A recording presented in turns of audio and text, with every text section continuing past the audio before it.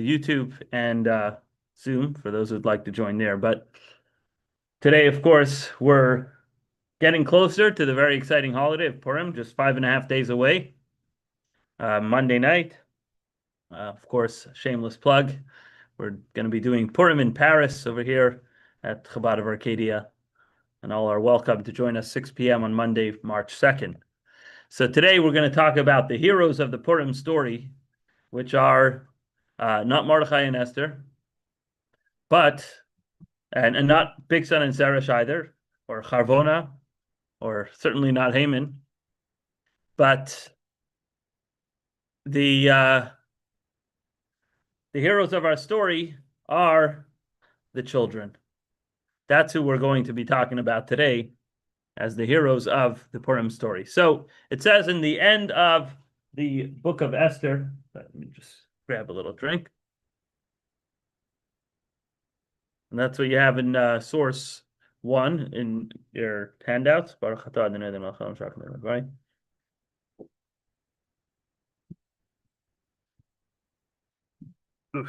Where it talks about the creation of the holiday of Purim. How did Purim come about? Right? We know Hanukkah came about. It says in the Talmud, Lashana Acheres. The next year, they made them days of praise and thanksgiving. But what happened with the Purim story? How did that become into a holiday? So the Megillah tells it to us in source 1. This is from chapter 9, verses 20 through 28, with a few omissions. Mordechai inscribed these events and sent letters to all the Jews in all the provinces of King Achashverosh. I don't know how you pronounce this, Ahasuerus. But anyways, Achashverosh in Hebrew, both near and far, to enjoin them to make the 14th day of the month of Adar and the 15th day thereof every year as the days when the Jews rested from their enemies, and the month that was reversed for them from grief to joy, and from mourning to a festive day. By the way, it says the month was transformed, so the whole month of Adar is joyous.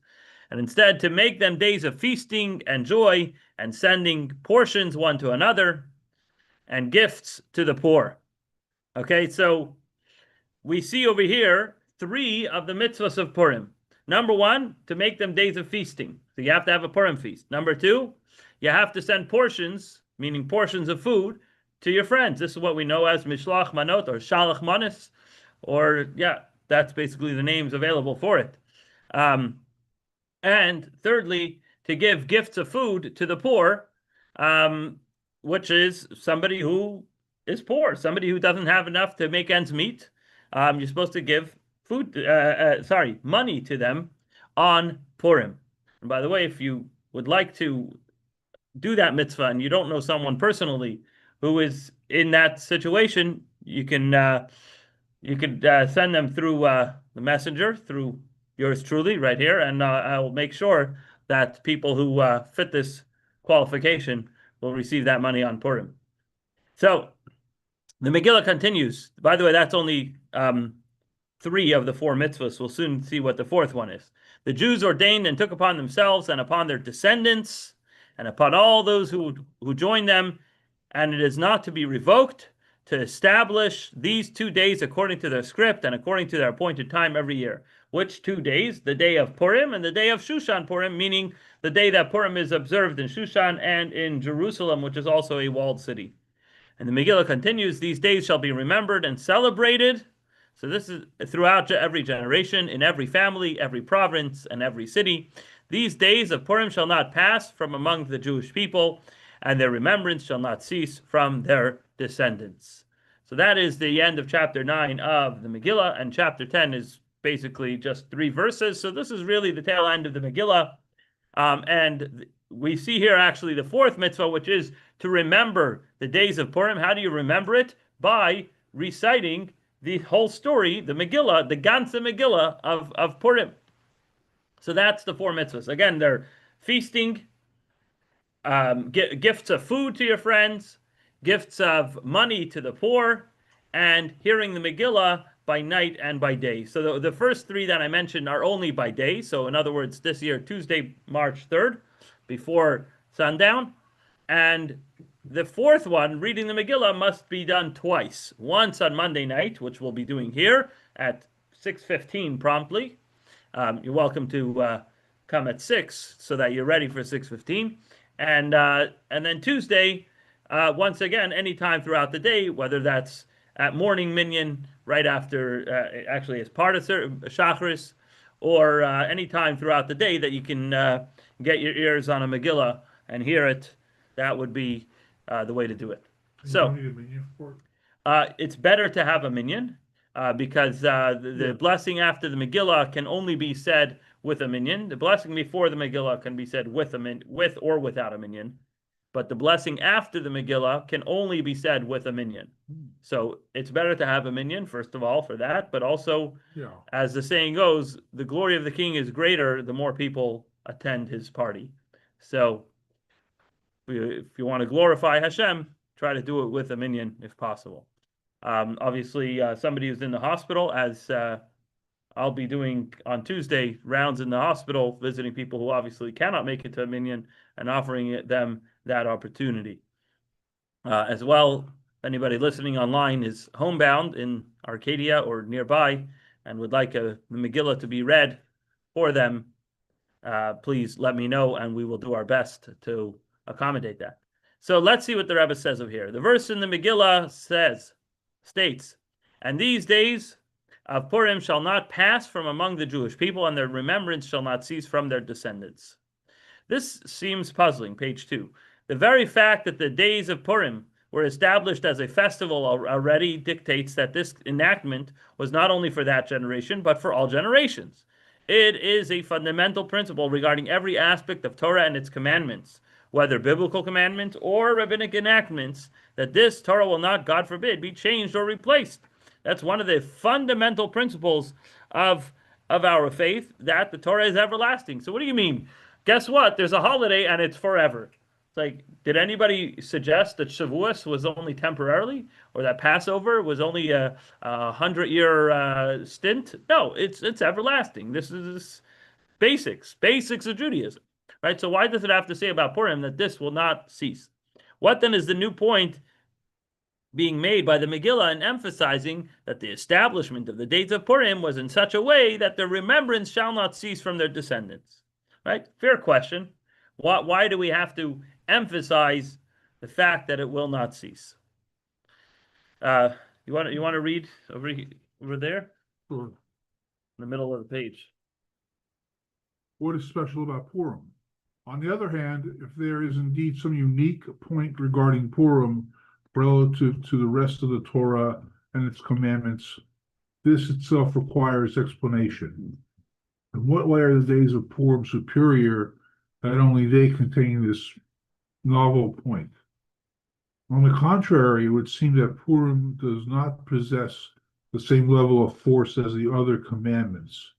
As related in the Megillah, special effort was required to ensure that the days of Purim would remain an established festival. First, Esther had a request, establish me for all generations. Even afterward, it was necessary to send this second letter of Purim and so on. Basically to send out to everyone and tell them like this is a permanent holiday. And yet,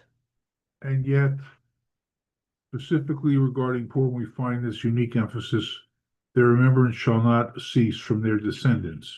Right. So there's something a little cryptic over here. We're trying to figure out why is she so insistent on making this permanent, and almost like there's a threat of it not being permanent. What's going on? So let's see what the references are over here. In source 2, we have from the Gemara Megillah, by the way, one of the most fascinating tractates in the Talmud. Even if you're not a deep Talmudist and if you're not into the whole analytical thinking and cross-examination that is typical of the Talmud, Gemara tractate Megillah is just simply fascinating in terms of telling the backstory of what happened during the Purim story. So this is from Megillah, page 7. Tractate Megillah, page 7.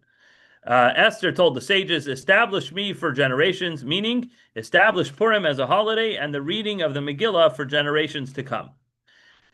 So they replied, in other words, the Sanhedrin, Mordechai was the leader of the Sanhedrin, so the sages replied, "You will arouse the ire of the nations, as the Megillah tells of the Jewish defeat of the enemies, and it would be best left not publicized." Right? Like you don't want to get the anti-Semites too upset, right? Sounds very typical today, people are very concerned, it might stir up anti-Semitism. We know in the 70s when Chabad started the public menorah lightings, and many without names, there were some Jews, let's just say, who were not Chabad, and were opposed to the idea vehemently with this very claim. You're gonna get the anti-Semites upset. Right? So what did Esther respond? She responded, "It is already written in the royal chronicles." In other words, you're not telling them anything they didn't know. The story of Purim is a fact of history. So the fact that we're writing a book for ourselves about it is not gonna ruffle any feathers more than there already are. Haters gonna hate, as they say, right? Right. You're not gonna. Oh wow! Now they're gonna discover our secret. It's not a secret. Everybody knows what happened. Um, now let's see the reference of the Megillah, which is again the verses after what we read earlier. Source 3: Queen Esther, daughter of Avichail and Mordechai the Jew, wrote down all the acts of power to confirm the second Purim letter. He sent letters to all the Jews to 127 provinces, the realm of Achashverosh, words of peace and truth to confirm these days of Purim in their appointed times, as Mordechai the Jew and Esther the queen had enjoined them, and they had ordained for themselves, and as they had ordained for themselves and for their descendants the matter of the feasts and their cry. Esther's order confirmed these matters of Purim, and it was inscribed in the book. So the Ibn Ezra says on this middle verse that or the first verse we just read, that the reason she wrote it is the Jews observed Purim for several years and then neglected it. Mordechai therefore asked the queen, who had more authority, to write to the Jews to observe it annually. The Megillah testifies to this. Esther's order confirmed these matters of Purim, for without that order, it would have been forgotten. Comes to mind, there's a concept in Yiddishkeit that if somebody has a personal miracle that happened to them, they should make a Suda Saidah, a day of celebration, right? So let's say somebody was in a extremely dangerous car crash and they survived.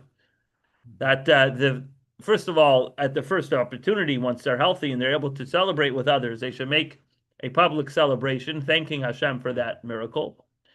But also, every year, annually, on that day, one should make almost like it's like another birthday party, so to speak, in the sense of using it as a day to thank God for your existence, that God kept you alive, right? Now, it's understandable that the year it happened or the next year that you're going to be all enthusiastic about it, but it comes 10 years, 20 years later, things happen, you get busy, maybe you don't make such a big to-do out of it. And it seems like that's kind of what happened with Purim. It's like, yeah, it was very exciting the first few years. Oh, yeah, I remember when that happened, But then time passes, especially the young generation grows up. They weren't there, or maybe they don't have a memory of it, or whatever it might be. And the excitement wears off. And so people weren't celebrating Purim anymore. Any ideas how many years it was between when she passed, decided to make it a permanent? It doesn't say. In the Ibn Ezra, it just says Shanim Yeduais, like several years. Oh. So,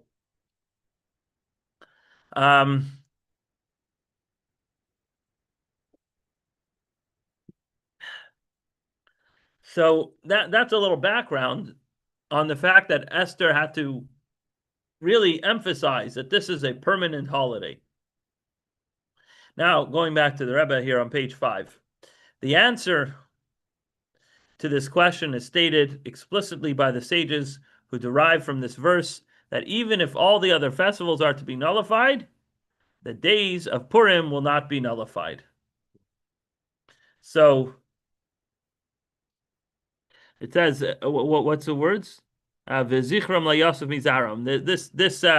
The memory of this holiday will never cease from their children. That's the verse that we're referring to. So the Rebbe says that the Talmud learns from here that, the Medrash learns from here that even if the other holidays will be nullified, this one won't be. So here we see source 4 is the Medrash that says that. Rabbi Avo said, "What did Esther do when the Jews were in distress? She called a party for Achashverosh and Haman and got them drunk with wine. Haman thought she was honoring him, but didn't realize she was laying a trap, acquiring her nation forever. She set her table. In this world and in the Messianic age, this refers to the good name she acquired for herself in both worlds. For all holidays will eventually be abolished, except for Purim. As the verse states, these days of Purim shall not pass from among the Jewish people, and the remembrance shall not cease from their descendants." So in other words, she set things up for her time in laying that trap and all that, but also she thought ahead to the times when the holidays will be abolished. What in the world are we talking about? Who's abolishing any holidays? Didn't we just say earlier Right. Yeah. that holidays, any mitzvah in the Torah cannot be abolished? Passover is not just a few-year thing; it's forever and ever. Now, But isn't it maybe because it's after the Torah? Wasn't part of the Torah? and therefore No. it won't be abolished, but the Torah will be. No. It is after the. Well, first of all, it is one of the 24 canonized books of the Tanakh. Okay. But it is one of the later ones. Yeah. But if anything, that should be a reason why why if anything should be abolished, the later ones should be, not the original, right? This is not Christianity where we believe in new things and out with the old. Oh yeah. This is a fundamental thing of Judaism that the Torah is forever, right? So which only the next text will only make things even more confusing before we answer it, because this is from the Rambam, who writes like this in source 5. All the books of prophets and writings will be abolished in the Messianic era, except for Esther. Although all memories of the difficulties endured by our people will be forgotten, as the verse says, "For the original suffering has been forgotten and hidden from my eyes," Purim will not be abolished, as the verse says, "These days of Purim shall not pass from among the Jewish people, and their remembrance shall not cease from their descendants." And so the Rebbe asks the obvious question. There's an obvious question. How can it be said that all the festivals are destined to be nullified? Is it not a fundamental principle that the Torah will not, God forbid, be changed or replaced?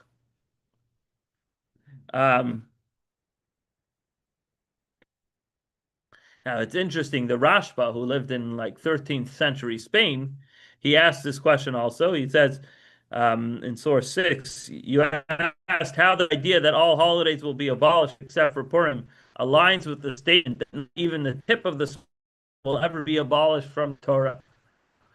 Not even the Kutzai Shal Yud, the little curve at the top of the Yud will not be abolished. So how can you say that a holiday will be abolished?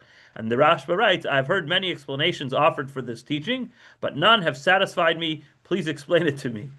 So, wow. So the Rebbe is here to explain it. Let's see. We must adopt the understanding that the sages don't mean that the festivals will be completely abolished in the sense that they will no longer be celebrated. Rather, the meaning is that the joy of the festivals will not have a significant place in the Messianic era. In other words, it says that the holidays will be batel. Batel means nullified. Just like you have the concept of batel b'shishim, something could be nullified as a 60th of the greater quantity, right? If something not kosher falls into something kosher, it could potentially be nullified by 60, right? So the other holidays will be nullified compared to the joy of the Messianic era. The joy of the festivals, appointed times for rejoicing, is a limited and defined joy, which is why it is associated with the festival offerings brought in a specific and limited number. Consequently, in the Messianic era, when there will be an immense and unlimited joy, an eternal and all-encompassing rejoicing, the limited joy of the festivals will not be able to add anything. So we're not saying we're not going to observe the festivals, but we're saying is that they will be nullified in the sense that they'll be null compared to the joy of the Messianic era itself. Yeah, okay. This is similar to the expression of what benefit is a lamp in broad daylight, right? You're gonna take a candle and light it here in this room right now or outside. It's not gonna do you any good, right? The precise wording is what benefit. For the light of the lamp does exist, however, it accomplishes nothing. It does not illuminate its surroundings. For this reason, the phrase "the festivals" will be nullified as used, since their joy will not accomplish anything in the Messianic era. Okay, so then where does Purim come into? So here that you Purim, which will not be nullified, is that the joy of Purim is so great that it will not be overshadowed even in the time of Mashiach. Wow.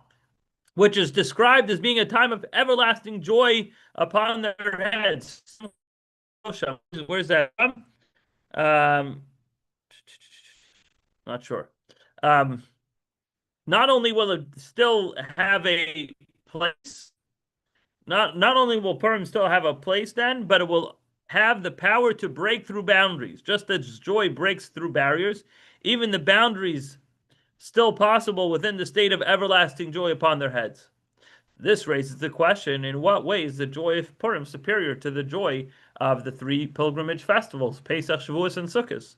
Their joy is also connected with the most fundamental matters. Passover, the time of our freedom, Shavuos, the time of the giving of the Torah, Sukkot, our rejoicing, the harvest festival. Why is it specifically the joy of Purim that will remain in full force even in the Messianic age? Right?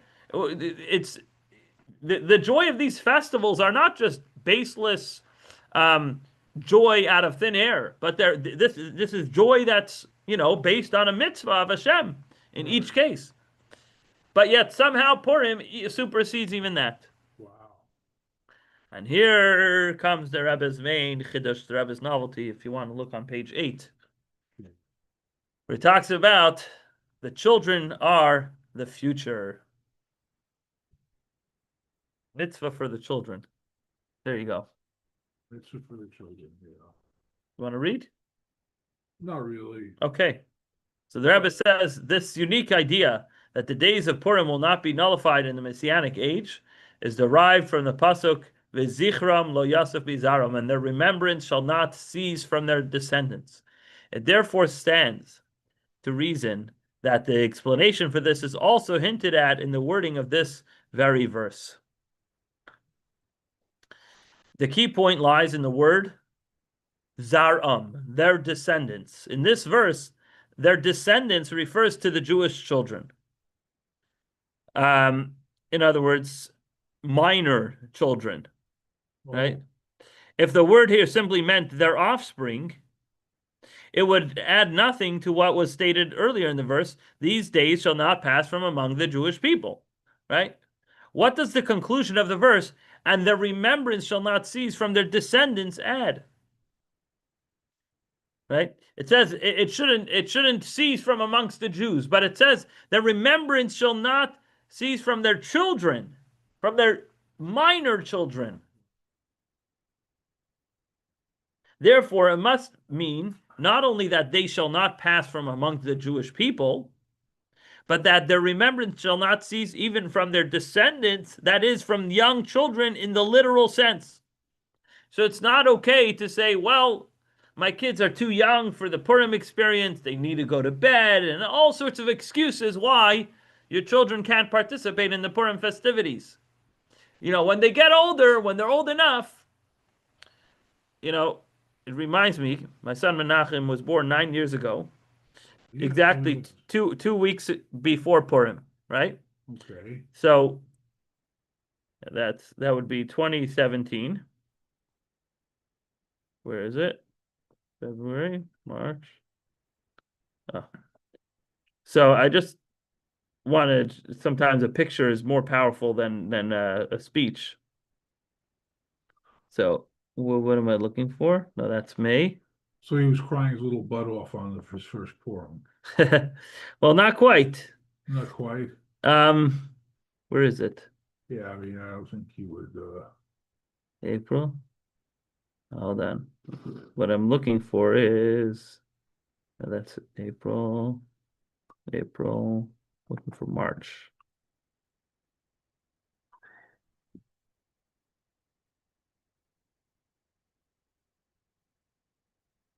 Trying to find a picture of him in his Purim costume oh, at 2 weeks really? old.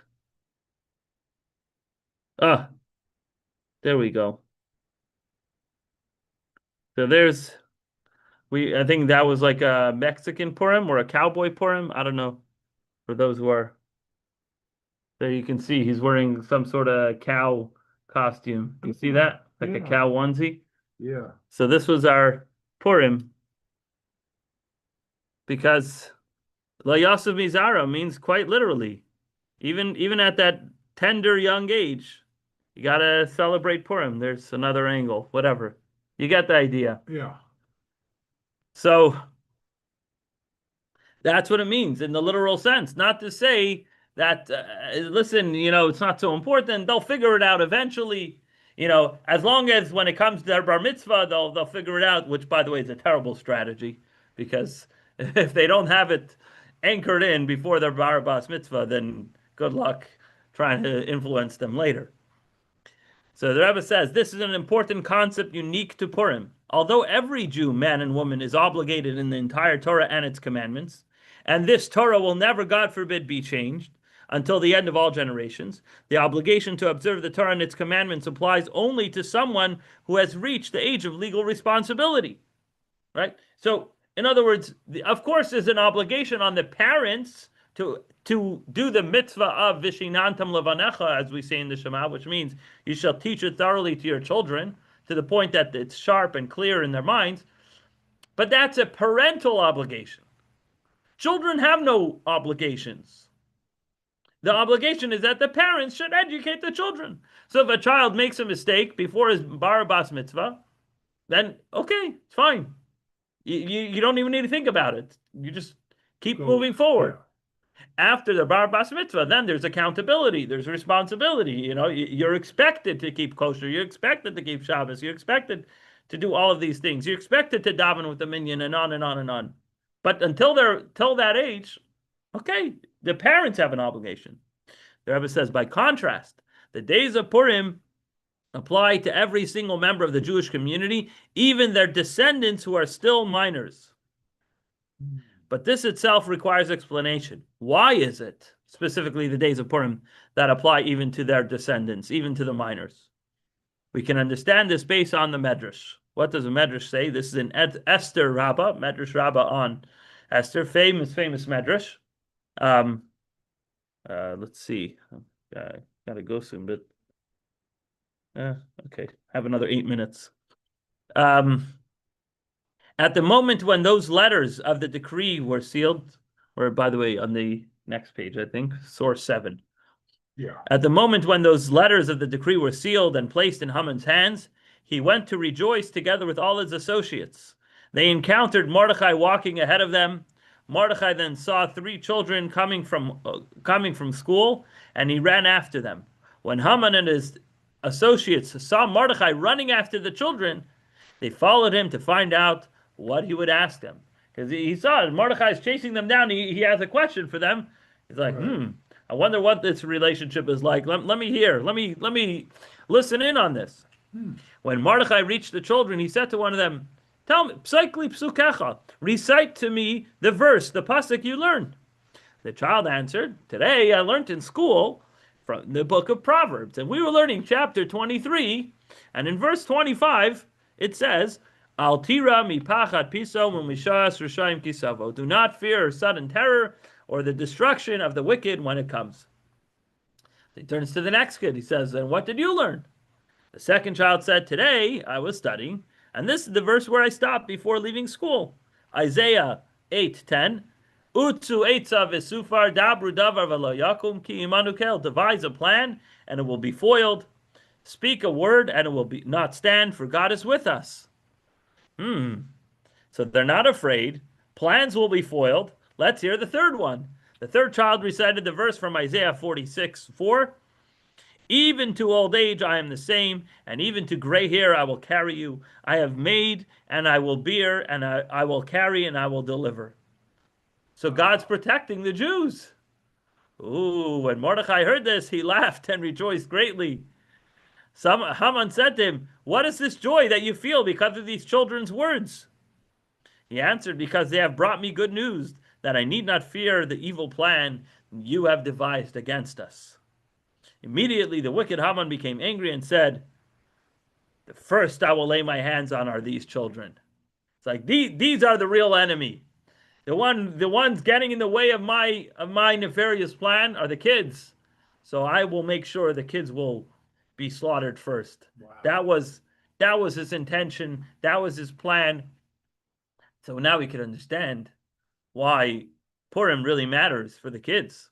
Says the Rebbe, at first glance, this itself requires explanation. How could it be that the downfall of Haman became known and revealed to Mordechai specifically through school children? After all, Mordechai was one of the leading members of the Sanhedrin, the guide and spiritual leader of the entire Jewish people, and the very teacher of these children. The matter becomes clear from the Medrash itself, which explains that the nullification of Haman's decree came about through the voice of the children, that is, the Torah study of school children. As related in the Medrash mentioned earlier, Mordechai gathered young children and taught them Torah, and it was this voice of the children that brought about the cancellation of Haman's decree. We see this here in text source 8 on page 11, also from the Medrash. By the way, fascinating background stories over here. After the gallows were built, Haman, by the way, it says, just a totally side note, speaking of the gallows, it says that the Jews rested from their enemies. After they fought them, they rested. And then the word it uses, nachu me'oivehem, nun ches vav. So this is a Purim Torah. The question is, how did Noach, in the word nachu, there's the word Noach. How did Noach end up in the Megillah? The answer is that Haman wanted to make a gallows 50 amos high. He's like, where can I find a wooden beam that's 50 amos long? Also, how long is 50 amos? So he went looking around until he bumped into Noach. And he said, Noach, I heard that you made a teva, an ark, that's 50 amos wide and 300 amos long. Maybe I can grab one of the beams from your ark. And Haman proceeded to grab one of the beams and started schlepping it back to the king's courtyard for the gallows. Noah. This is it's a Purim Torah. This is not a. Yeah. It's not true. So Noach says, no, you can't take it. I don't want you to hang Mordechai. He's a good guy. You're a bad guy. And so Haman said, no, I want the beam. And so he started schlepping the beam, and Noach's holding onto it. And Haman schlepped and schlepped and schlepped, and he dragged Noach with him all the way till he landed in the Megillah. And so that's how Noach ended up in the Megillah. So that's a little. It's called a Purim Torah. It's a joke, in other words, but a joke based on something in the Torah. Anyways.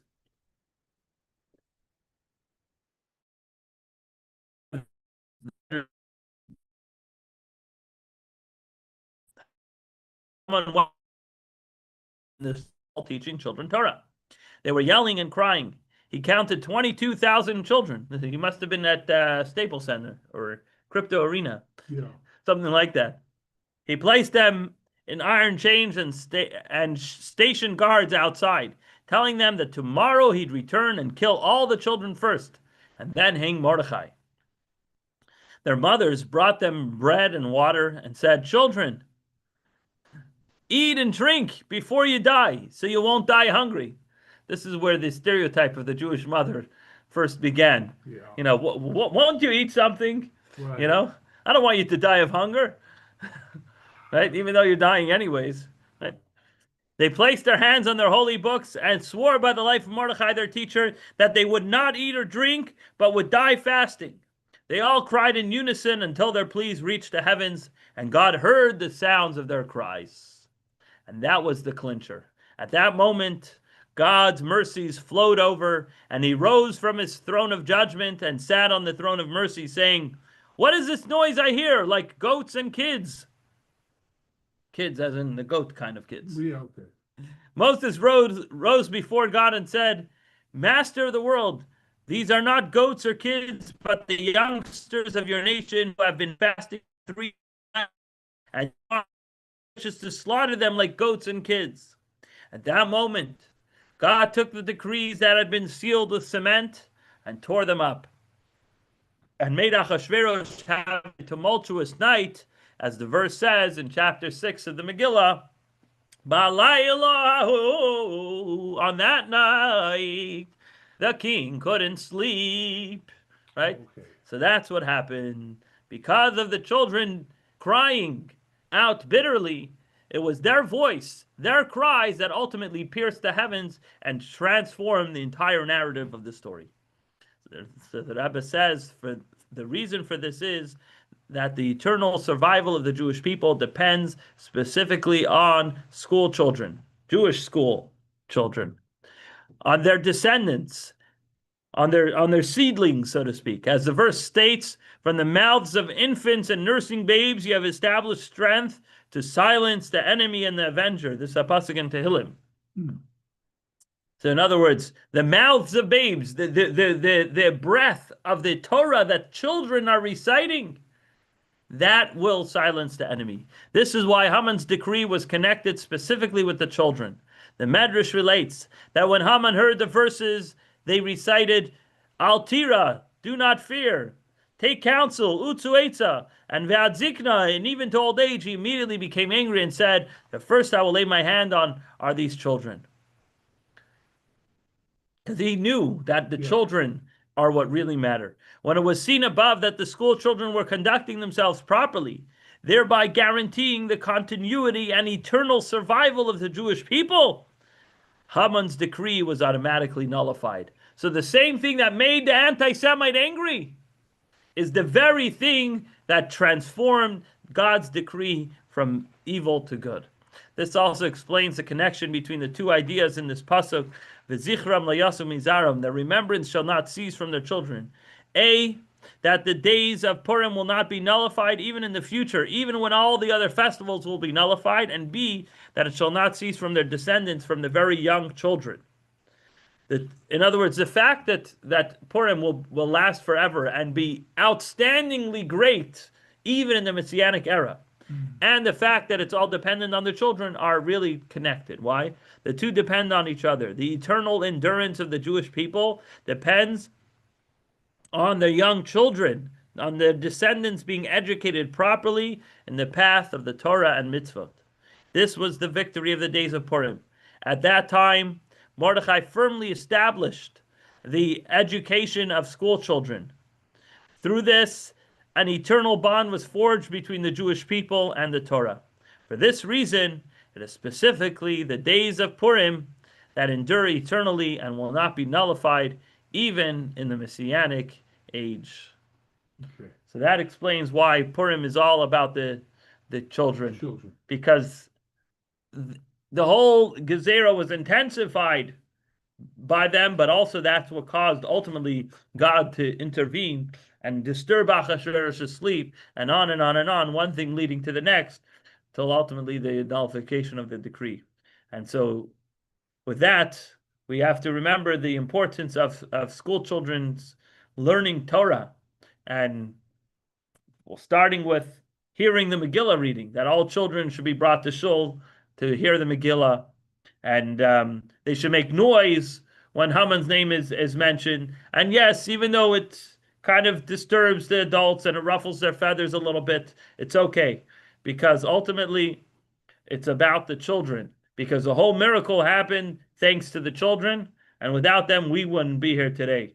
So we have to give credit where credit is due, and therefore also make sure that children, as many children as possible, every Jewish child should know about and be encouraged to celebrate Purim, and furthermore, to celebrate their Jewish identity and Jewish education by learning Torah, learning about their identity, and with that, may we merit the ultimate miracle with the coming of Mashiach. Now, l'chaim.